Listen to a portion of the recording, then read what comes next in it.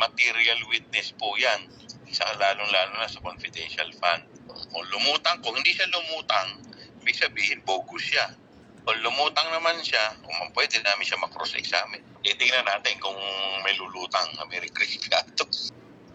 Questionin nila, nandun yun sa isa sa mga nakatanggap ng ng confidential fund It should be produced. Dahil kasi kung hindi nila may po-produce yun, bogus yun. O, di ilabas nila yung totoo.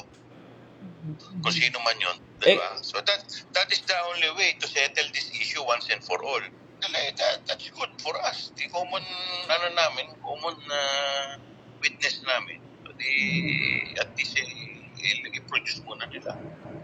Diba? Kung paano po si Kokoy Villamin, Kong, ang Soberano Kong, kung si Kokoy Villamin Kong, ano po din, naisama din po ba ninyo as witness? Si Mary Grace Piatos pala kasi siya, very famous